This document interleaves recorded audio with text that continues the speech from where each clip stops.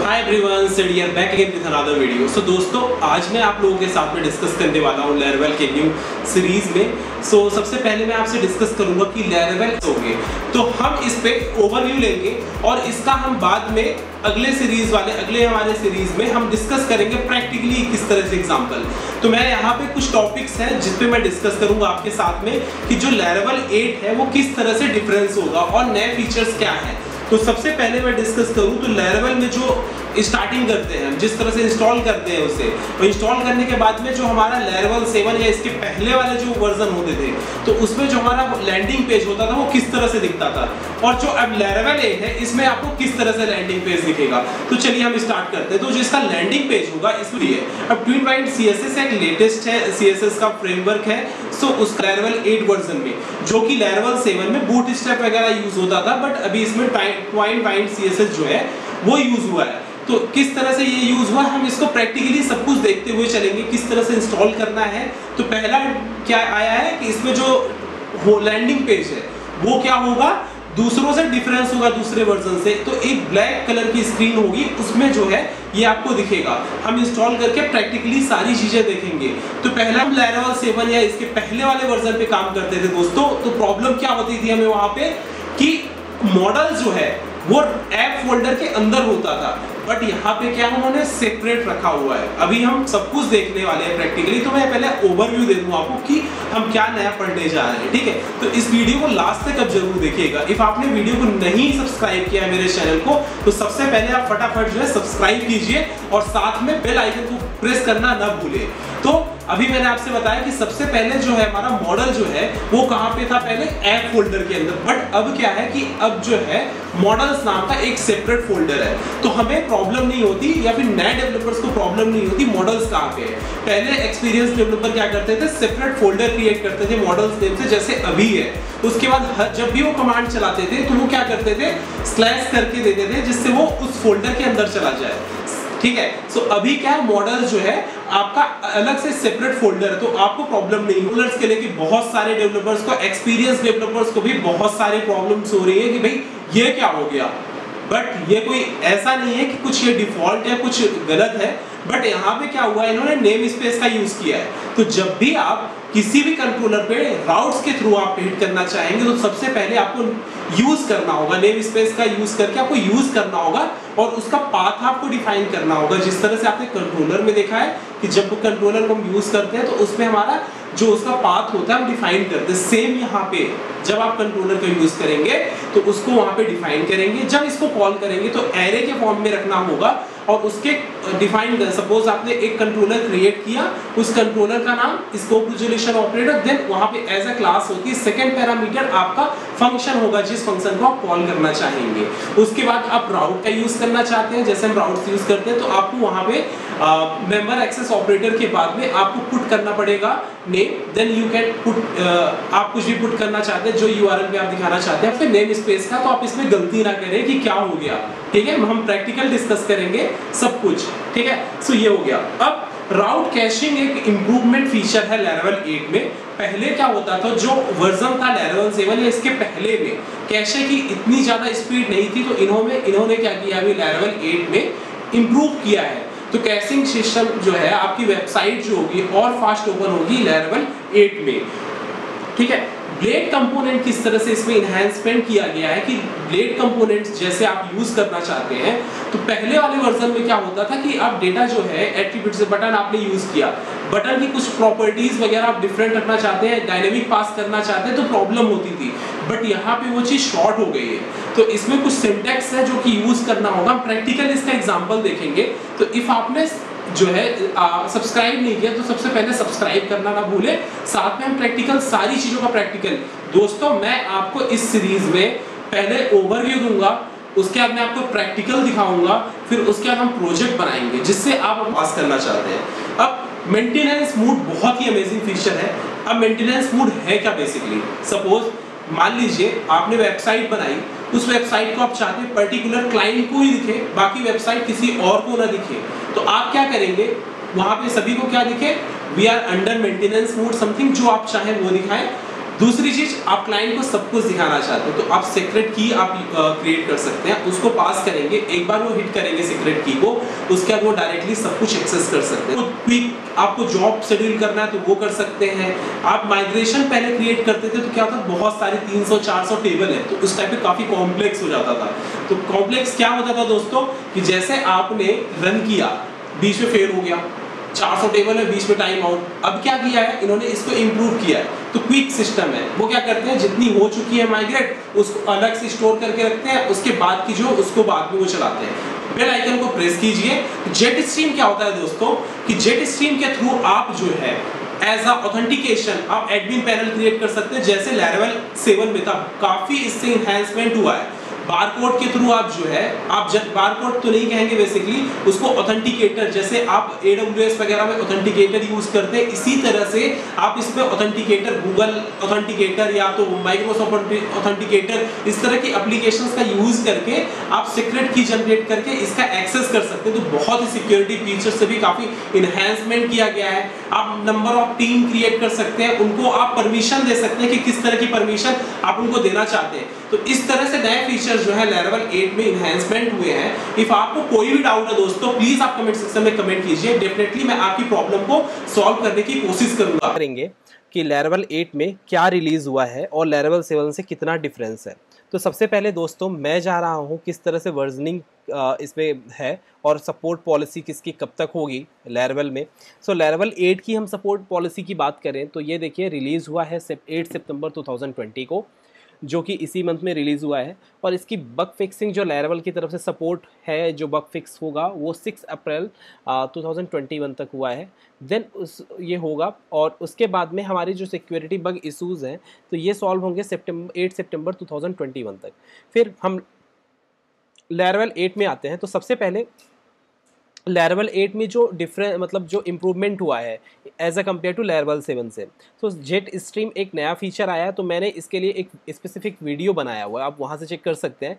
और ये मॉडल हो गया और माइग्रेशन हो गया, ये माइग्रेशन सिक्वेशिंग है, जॉब बैचिंग है, इम्प्रूवमेंट रेट लिमिटिंग है और quick improvement, dynamic blade components, तो और इसमें ट्वाइन वाइन पेजिनेशंस व्यू, ये सारी चीज़ें आई हुई हैं।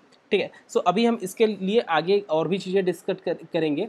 तो जैसे मैं आपको पहला बताता हूँ PHP में, लैरावेल में जो ये जेट स्ट्रीम आया, तो जेट स्ट्रीम जो है ये एक क्या है कि पहले आपने देखा होगा उसमें ऑथेंटिकेशन था। लैरावेल वाले पुराने वर्जन में की बात कर रहे हैं हम, लैरावेल 7 में, तो उसमें ऑथेंटिकेशन था, डैशबोर्ड एक क्रिएट कर सकते थे, ऑथेंटिकेट कर सकते थे, एज अ यूज़र आईडी आप क्रिएट कर सकते थे, पासवर्ड। बट यहाँ पे क्या है, टीम मैनेजमेंट भी है। सपोज आप मल्टीपल यूजर्स को पर्टिकुलर परमिशंस वगैरह देना चाहते हैं, so you can put here. आपको चाहिए QR जो हम जनरेट करके बेसिकली उसमें हम सिक्योरिटी पर्पस से हम वो कर सकते हैं 2 फैक्टर ऑथेंटिकेशन, तो हम इसके थ्रू कर सकते हैं। ईमेल वेरिफिकेशंस कर सकते हैं, session management, API support by Laravel Sanctum. So इसमें ये चीज़ें जो हैं पहले की कंपेयर में इम्प्रूव हुई हैं।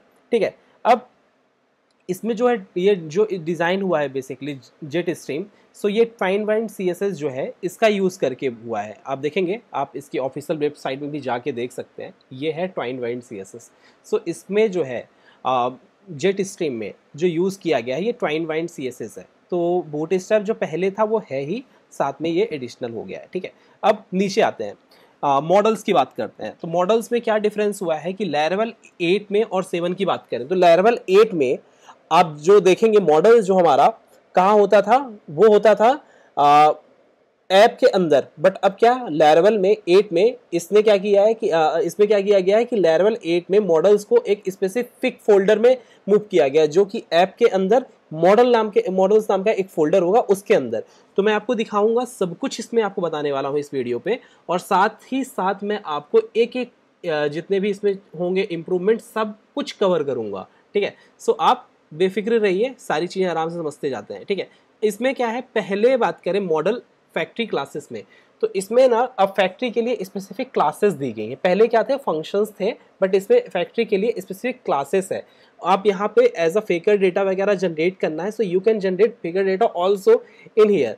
फंक्शन बनाइए, ये देखिए अब यहाँ पे इसको सपोर्ट करता है ये सारी चीज़ें। आप फैक्ट्री को एक्सटेंड कीजिए और फैक्ट्री को एक्सटेंड करने के बाद में डायरेक्टली यहाँ पे इम्प्लीमेंट करके आप इस तरह से फेकर डेटा जनरेट कर सकते हैं, ठीक है। सो यहाँ से आप इसका यूज़ कर सकते हैं। अब स्क्रॉल करते हैं नीचे। ये माइग्रेशन सीक्वेंसिंग क्या होता है लैरेवल 8 में और 7 में।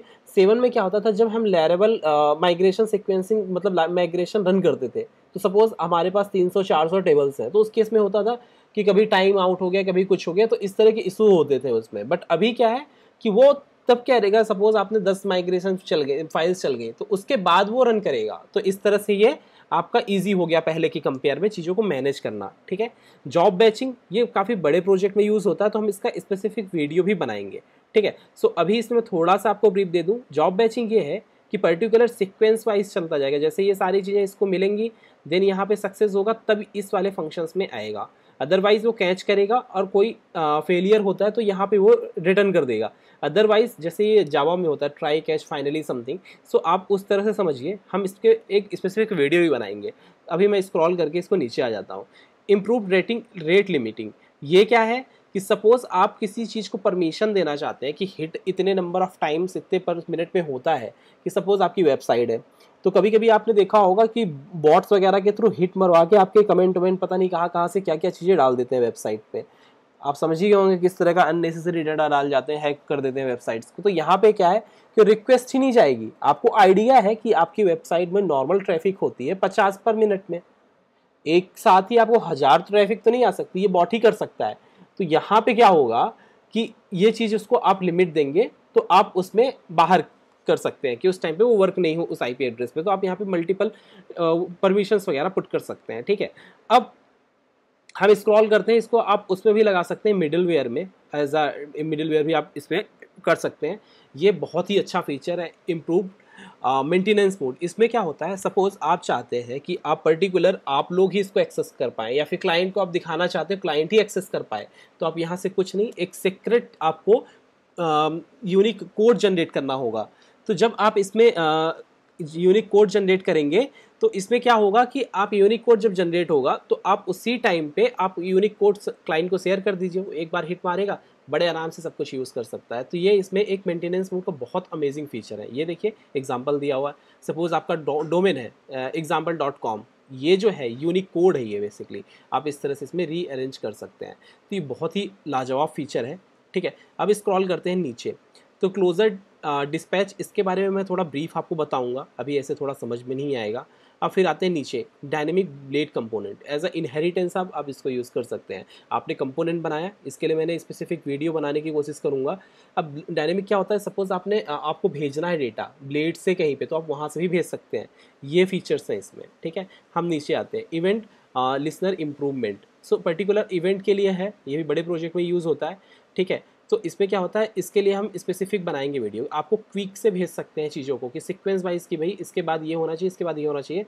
तो क्विक सिस्टम के लिए आप इसका यूज़ करते हैं, ठीक है। अब ये है टाइम टेस्टिंग हेल्पर, इस तरह से हेल्पर है, तो आप इस तरह से इसको बेसिकली टाइम लिमिट वगैरह ना आप सेट कर सकते हैं यहाँ पे कि इतने टाइम तक, इतने वीक तक ये वैलिडेट हो, तो ये सारी चीज़ें आप यहाँ से कर सकते हैं, ठीक है। ये बहुत अच्छा फीचर आया है आर्टिसन सर्व कमांड वाली जो चीज़ हुई है।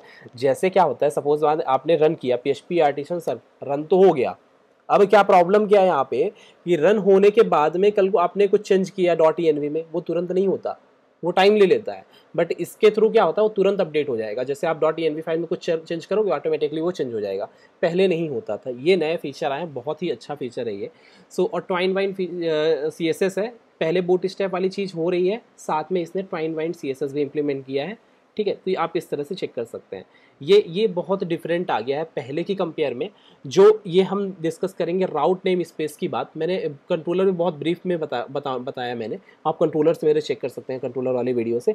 यहाँ पे मैं बात करूँ तो क्या होता है, राउट नेम में आपको ना नेम स्पेस का यूज़ करके आपको ना कहाँ पे यूज़ करना पड़ेगा, आपके राउट में जितने आप कंट्रोलर क्रिएट करेंगे, जिस कंट्रोलर को आप कॉल करना चाहते हैं, किसी फंक्शंस को कॉल करना चाहते हैं, तो सबसे पहले आपको ना वहाँ पे जाके आपको क्या करना होगा, उस कंट्रोलर को नेम स्पेस के थ्रू यूज करना पड़ेगा। जब आप यूज करेंगे तब उसके फंक्शंस को कॉल कर पाएंगे। तो ये इसमें एक नया फीचर है। ठीक है, अब इसके बाद हम मूव करते हैं। ये समझ में आ गया होगा आपको। ठीक है, तो इस तरह से आपको कॉल करना होगा। मैंने किस तरह से कॉल किया राउट वाले ट्यूटोरियल में, मेरे कंट्रोलर वाले में मैंने बहुत अच्छे से इसको ब्रीफ में समझाया है। ठीक है, आपको कोई भी डाउट है किसी भी प्रोग्रामिंग लैंग्वेज में, आप अपना कमेंट छोड़ दीजिए। मैं कोशिश करूंगा कि मैं नया वीडियो बनाऊं, नई सीरीज़ बनाऊं। बट दोस्तों, इसको आपने सब्सक्राइब नहीं किया तो प्लीज़ सब्सक्राइब कीजिए, और जो भी आपका डाउट है आप कमेंट सेक्शन में पुट कीजिए। मैं कोशिश करूंगा आपको लैरेवल की सारे वीडियो कंप्लीट करूं, उसके साथ में 2-3 प्रोजेक्ट भी डालूं। तो आपको कुछ प्रोजेक्ट चाहिए पर्टिकुलर स्पेसिफिक, आपको लगता है कि भाई ये बनाना है, तो आप कमेंट में डाल दो। मैं कोशिश, जितने लोग ज़्यादा से ज़्यादा कमेंट करेंगे मैं उस पर वीडियो बना दूंगा। Thank you for watching this video.